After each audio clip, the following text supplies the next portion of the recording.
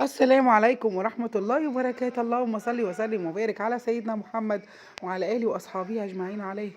عاملين إيه يا حبايبي حلوين؟ والله وحشتوني وبتوحشوني دايما، وانتوا كل الناس متابعيني وجمال. تعالوا بقى بصوا، انا جيت عملت لكم ايه، وشفتوا الرز اللي قدامكم ده؟ شفتوا شكله عامل ازاي؟ عملت لكم احلى رز بالكبد والقوانص. وهم تحفة، وشكلها مغري، وشكلها بص يفتح النفس، والكبد والقوانص جواها عاملة ازاي.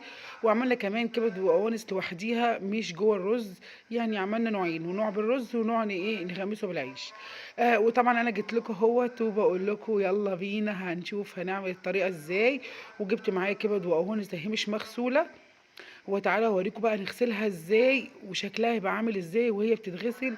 وبتغسلي وايه طريقة غسلها، وبتنقعيها ازاي. تعالوا بقى ناخدها مع بعض ونروح على الحوض.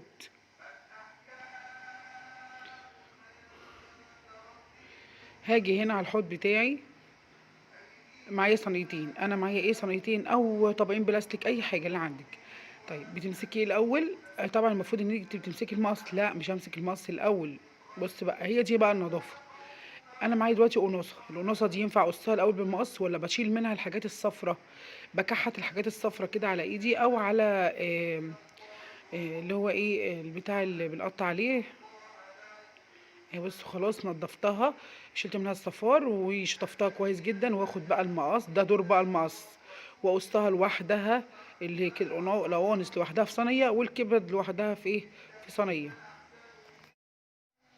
بس وزي ما انتم شايفين كده طيب ده جه دور بقى ايه الكبده. هل الكبده بتتكحت بالسكينه؟ لا طبعا. بس فيها ايه، فيها القلب. بمسك القلب بتاعها باخده كده، ايه بقطعه كده بالسكينه، بفتحه كده من النص. عشان بيبقى فيه ايه بقى، في دم فاسد، اللي هو دم، قطع من الدم كده صغيره. طيب بصي بقى، لازم الاول اشطفها الاول، بعد كده اروح على الصينيه التانية وامسك المقص بتاعي واقص الكبد زي ما انتوا شايفين كده. قطع كبيره شويه عشان هي الكبد بالذات يعني بتخس.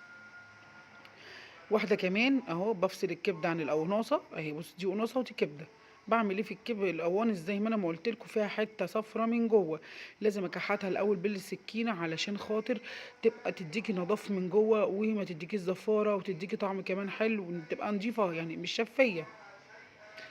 اهي باخد المقص على الصينيه اللي فيها قوانص وبقصها اهو زي ما انتم شايفين. يبقى صينيه للقوانص وصينيه للكبد بتاعت الفراخ. خلاص اوكي كده. يبقى انا كده ما بقصش وبمسكش المقص غير لما بنضف الاول واكحتها بالسكينه. طيب الكبده بتكحت بالسكينه لتاني مره؟ لا طبعا ما بتكحتش. بعمل ايه، هي الحاجه الوحيده اللي بفتحها فيها هي ايه، القلب. بصوا بفتح القلب، فيه دم فاسد يا ساتر يا رب بطريقه رهيبه. لازم اشطفه جامد قوي، فيها كلاكيع دم كده. طبعا ما ينفعش تسيبيها زي ما هي كده وتطبخي وحاجه زي يعني حاجه مقرفه مقززه. اهي بصي بغسل الكبد كويس، بغسل القلب اللي انا فتحته اهو. خلصتها، شلت منها الدم كله اللي هو الفاسد، اللي هو لونه كده مغمق كده. واروح على الصينية اللي فيها كبد وبالمقص واقص الكبد بتاعتي. طبعا انا مش هخلصهم قدامكم كلهم، اخلص بقى وارجع لكم تاني. خلاص كده خلصناهم، قطعناهم كلهم القوانص. اجيب بقى ايه، معلقتين من الملح وليمونتين كاملين، واسيبهم يتنقعوا شويه في شويه ميه. اهو جبت الليمون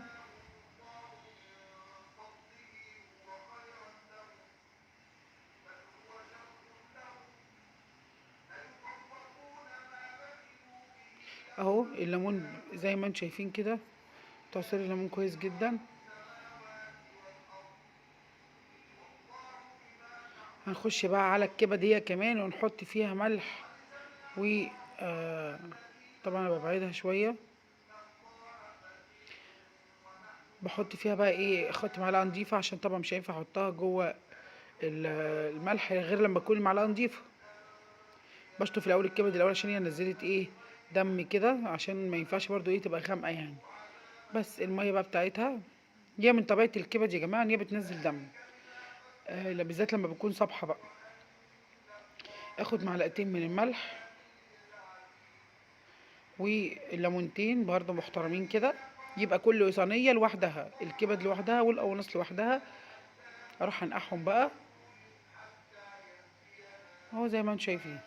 اهم حاجه الليمون، بيشيل الزفاره، بيشيل اي حاجه ريحه وحشه، اي حاجه تعمل. اجي بقى على البوتاجاز بتاعي وفي حله، حله متوسطه كده، احط فيها شويه زيت.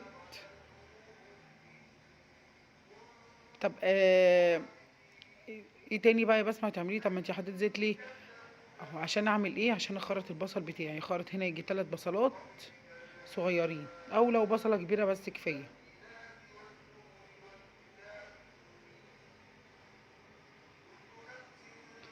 يا رب. تعالوا كده نسبح بحمد ربنا كده، وتعالوا نستغفر ربنا. سبحان الله وبحمده سبحان الله العظيم، سبحان الله وبحمده سبحان الله العظيم، سبحان الله وبحمده سبحان الله العظيم. استغفر الله العظيم، استغفر الله العظيم، استغفر الله العظيم. ايه رأيكم؟ بصوا اهو. طبعا بقى ب3 بصلات هنا في الحلة دي. واجي بقى طبعا اجيب حلة تانية اهو، حطيت هنا بصل في نفس الحلة التانية برضو، اخرط فيهم ال3 بصلات التانيين، او بمعنى اصح البصلاية واحدة بس كبيرة. وبعد ما خرطهم بقى ايه اللي هيحصل يا بسمة؟ تعالوا نشوف ايه اللي هيحصل. باخد القوانص بتاعتي بقى وعلى الحوض في مصفى، وايه، واصفيها كده واشطفها شطفة حلوة من الليمون والملح. القوانص، ركزوا، القوانص مش الكبدة. القوانص ليه بسمع؟ عشان القوانص بتاخد سوا شويه عن الكبد، وعشان الكبد كمان ما تتهريش منك. فانت بتاخديها وتروحي على الحله اللي فيها البصل اللي اتشوح على البوتاجاز، وبتحطي نصهم في الحله دي ونصهم في الحله دي بعد ما البصل يتشوح على طول اهو. بس لازم تغسليها كويس جدا من الملح اللي انت كنت نقعاها فيه والليمون اللي انت كنت نقعاها فيه. اجي بقى هنا فلفل اسمر في الحله اللي في النص دي الاول، معلقه ممسوحه ملح.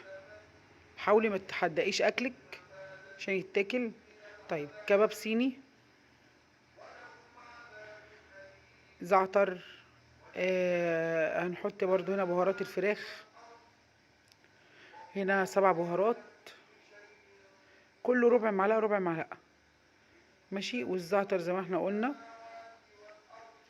وحبهان يعني واحدتين كده حبهان اهو، وورق لوري. كل التوابل اللي انا قلت لكم عليها دي.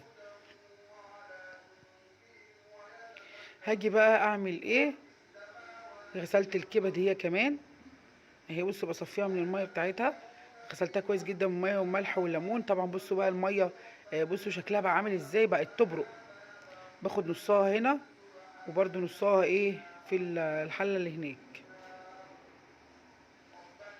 زي ما انتم شايفين كده، واقلبها كويس جدا وايه، واسيبها تاخد وتدي كده مع بعضيها اهو. بصوا حطيت شويه هناك برده كبده. يبقى اول حاجه حطينا القوانص وعليها التوابل بتاعتها، وبسيبها شويه على لمده 10 دقايق على البوتاجاز مع التقليب اهو. ما احطش فيها ميه دلوقتي خالص الا غير لما احط عليها الكبده. طيب انا جبت هنا بقى فلفل اخضر وفلفل رومي وقرنين حاميين سبايسي، سواء احمر او وطماطميه واحده. باجي هنا احط نص الحاجه اللي انا خرطتها، الفلفل اللي انا خرطته هنا، ونصه الناحيه ايه في الناحيه التانية اهو. بصوا النص هنا ونص هنا. هقول لك انا بقى ليه دلوقتي. طبعا بيدي طعم ويدي نكهه ويدي حاجات حلوه كتير قوي جدا. طبعا احنا لسه ما حطيناش توابل في الكبد والقوانص التانيين، الحله التانية. انا حطيت لي بقى توابل هنا بقى في الحله اللي في النص دي الكبيره شويه. جبت بقى كيلو الا ربع رز وغسلته كويس جدا وايه وصفيته ونزلت عليه في الحله اللي في النص.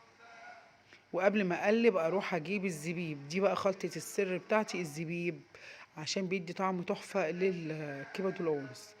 طبعا مليت الغطا على الاخر يعني الزبيب كويس ان هو كان عندي زبيب، او ما عندكيش هاتي من عطار ب5 جنيه فهيديك يعني. برضو هنا حطيت في الناحيه التانية برضو زبيب. طب انت يا بسمه انت ليه عملتي؟ طب ما انت عامله الاتنين طريقه واحده اهو. لا بس انا بس ايه عايزه اقول لكم ان هنا الحله دي حطيت فيها رز والحله دي مش هحط فيها رز، الحله ديت بشوحها بس عشان ايه خاطر نسويها، واللي عايز يغمس بالعيش، اللي ليه في العيش ياكل بالعيش، واللي ليه في الرز يبقى موجوده فيه الرز الكبد والقوانص.